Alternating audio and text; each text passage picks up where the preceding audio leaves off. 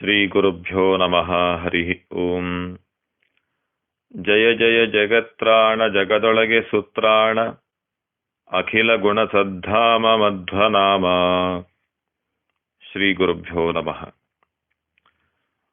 ಪ್ರಾತಸ್ಮರಣೀಯರಾದ ಶ್ರೀ ಶ್ರೀಪಾದರಾಜರು ಪರಬ್ರಹ್ಮನ ಮುಖ್ಯ ಪ್ರತಿಬಿಂಬರಾಗಿ ಪ್ರತಿಯೊಂದು ಜೀವಿಯ ಒಳಗೂ ತಾವು ಜೊತೆಗಿದ್ದು ಪ್ರಚೋದನೆಯನ್ನು ಮಾಡಿ ಎಲ್ಲ ಜೀವರಾಶಿಗಳ ಅವರವರ ಯೋಗ್ಯತೆಗೆ ತಕ್ಕಂಥ ಕರ್ಮಗಳನ್ನು ಸಾಧನೆಗಳನ್ನು ಮಾಡಿಸಿ ಆ ಜೀವರನ್ನು ಭಗವಂತನ ಕಡೆಗೆ ಕರೆದುಕೊಂಡು ಹೋಗಿ ಅವರವರ ಕರ್ಮಾನುಸಾರವಾಗಿ ಯೋಗ್ಯತಾನುಸಾರವಾಗಿ ಫಲ ಬರುವಂತೆ ಮಾಡುವಂಥ ಮಹಾ ಕರುಣಾಮೂರ್ತಿಗಳು ಮುಖ್ಯ ಪ್ರಾಣದೇವರು.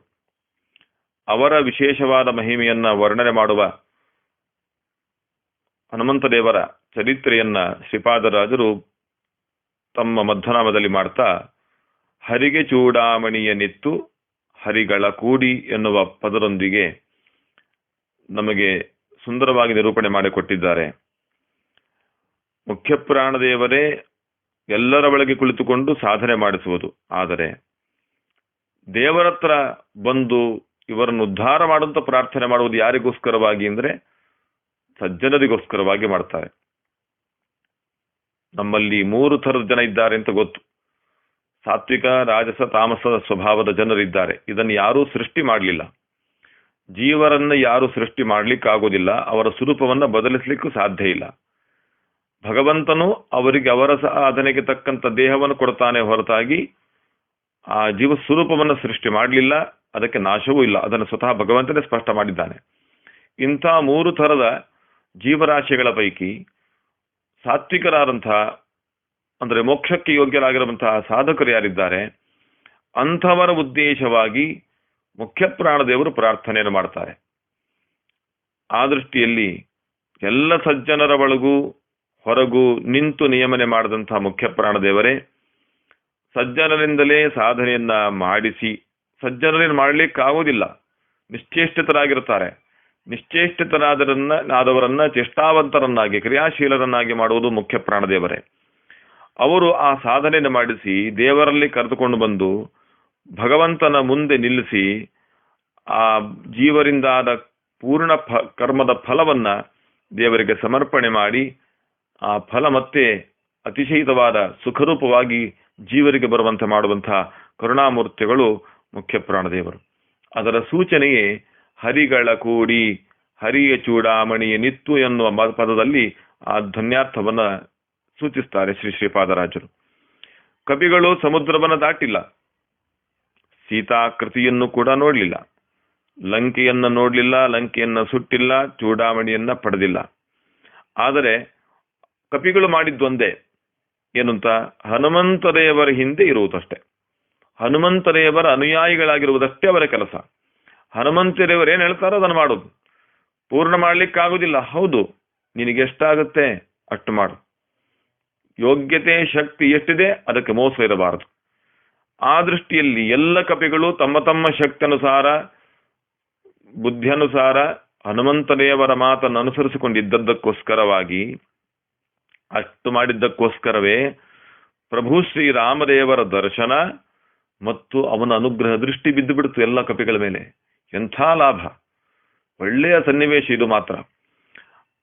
ಇಲ್ಲಿ ನಾವು ಪಡಿಬೇಕಾದ ಸಂದೇಶ ಇಷ್ಟೇ, ಸಾತ್ವಿಕರಾದವರಿಗೆ ಸಜ್ಜನರಾದವರಿಗೆ ಸಹಜವಾಗಿ ಏನನ್ನು ಮಾಡ್ಲಿಕ್ಕಾಗೋದಿಲ್ಲ.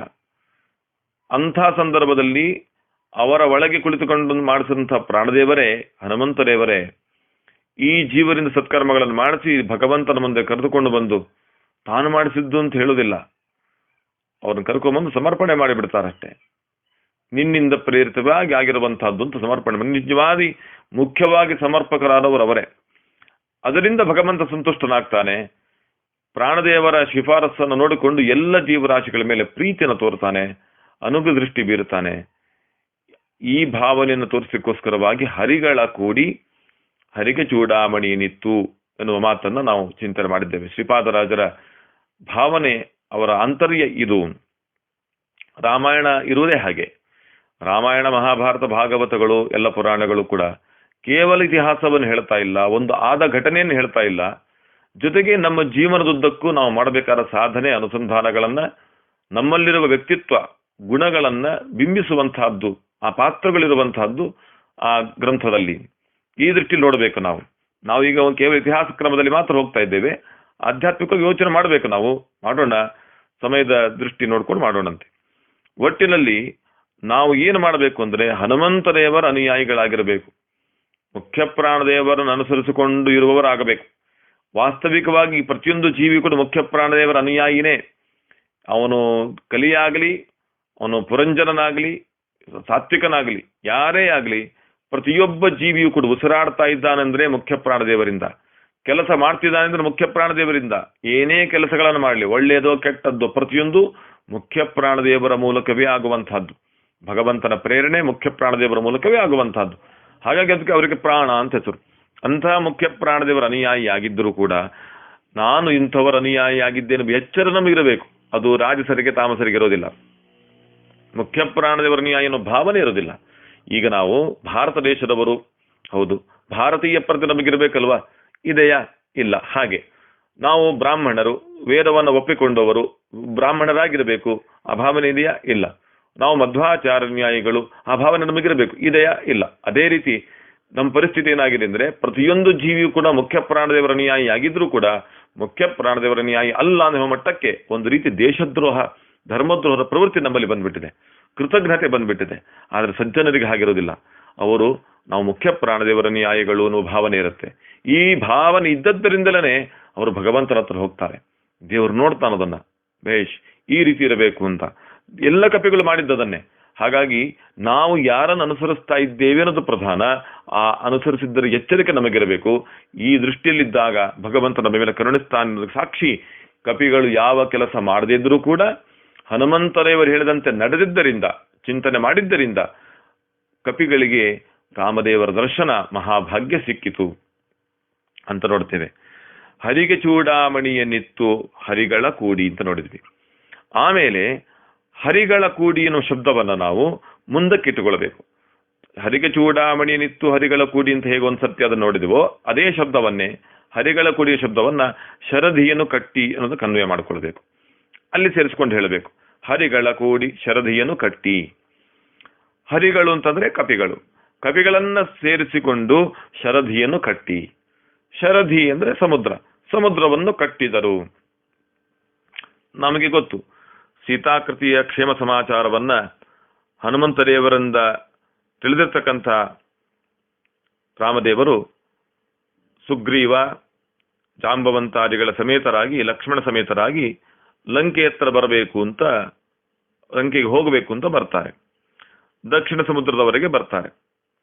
ಬಂದಾಗ ಸಮುದ್ರ ದಾರಿ ಕೊಡ್ಲಿಲ್ಲ. ಅದಕ್ಕೋಸ್ಕರವಾಗಿ ಭಗವಂತ ಅವಕಾಶ ಕೊಡ್ತಾನೆ. ದರ್ಭಶಯನಾಗಿ ಕೂತ್ಕೊಂಡ್ಬಿಡ್ತಾನೆ ದೇವರು. ದರ್ಭಶಯನ ಅಂತಲೇ ಹೆಸರು. ಸಮುದ್ರ ರಾಜ ದಾರಿ ಮಾಡಿ ಕೊಡ್ಲಿಲ್ಲ, ಆದ್ದರಿಂದ ಅವನು ದರ್ಬೆ ಹಾಕಿ ಮಲ್ಕೊಂಡ್ಬಿಡ್ತಾನೆ ದೇವರು. ಆಗ್ಲಿ ಸ್ವಲ್ಪ ಅವಕಾಶ ಕೊಡ್ತೀನಿ, 3 ದಿನ ಅವಕಾಶ ಕೊಡ್ತಾರಂತೆ. ಅದು ನಮ್ಮ ಆಚಾರ್ಯ ಹೇಳ್ತಾರೆ, ಯಾವುದೇ ಒಬ್ಬ ವ್ಯಕ್ತಿಗೆ ಅವಕಾಶ ಕೊಡಬೇಕು. ತಪ್ಪುಗಳನ್ನು ಮಾಡಿದಾಗ ಸರಿ ಮಾಡ್ಕೊಳ್ಳಿಕ್ಕೆ ಅವಕಾಶ ಕೊಡಬೇಕಂತ. ಅವಕಾಶ ಕೊಡದೆ ಶಿಕ್ಷೆ ಕೊಡಬಾರದು. ಇದು ರಾಮದೇವರ ಒಂದು ಭಾವನೆ, ಅವರ ಪ್ರವೃತ್ತಿ, ಆದರ್ಶ ಅಂತಾರೆ. ದರ್ಭಶಯನಾಗಿ ಸಮುದ್ರದ ಬಳಿಯಲ್ಲಿ ರಾಮದೇವರು ಮಲಗಿದಾಗ, ಕೊನೆಗೆ ಅವರು ಕೊಡದೇ ಇದ್ದಾಗ ಕೆಂಗಣ್ಣು ಮಾಡಿ ತೋರಿಸ್ತಾರೆ. ದೇವರಿಗೆ ಕೋಪ ಬರುವುದಿಲ್ಲ, ಕೋಪದ ವಿಡಂಬನೆ ಮಾಡಿದ. ಸಮುದ್ರ ರಾಜರು ಪಾಠ ಕಲಿತು ಬಿಟ್ರು.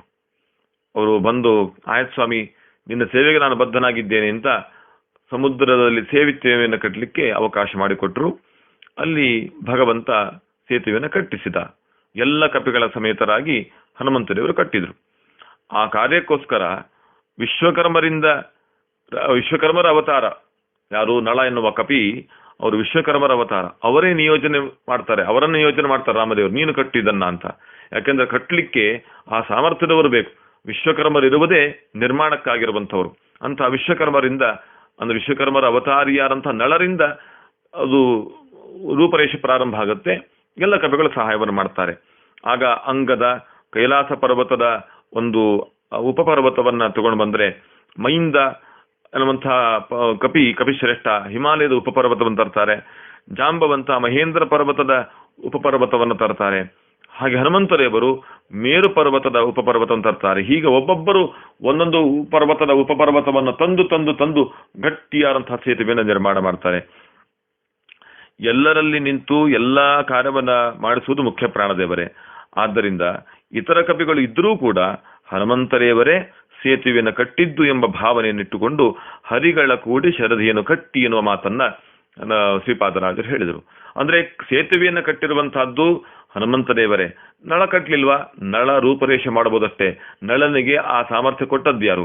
ನಳ ಎನ್ನುವ ಕಪಿಶ್ರೇಷ್ಠನಿಗೆ ಆಗಲಿ, ಬಂಡೆಕಲ್ಲುಗಳನ್ನ, ಗಿಡ ಮರಗಳನ್ನ, ಗುಡ್ಡವನ್ನ ಅವರವರ ಶಕ್ತಿಯನುಸಾರವಾಗಿ ತಂದು ಕೊಟ್ಟಂತಹ ಕಪಿಗಳಿಗೆ ಸಾಮರ್ಥ್ಯ ಕೊಟ್ಟವರು ಯಾರು?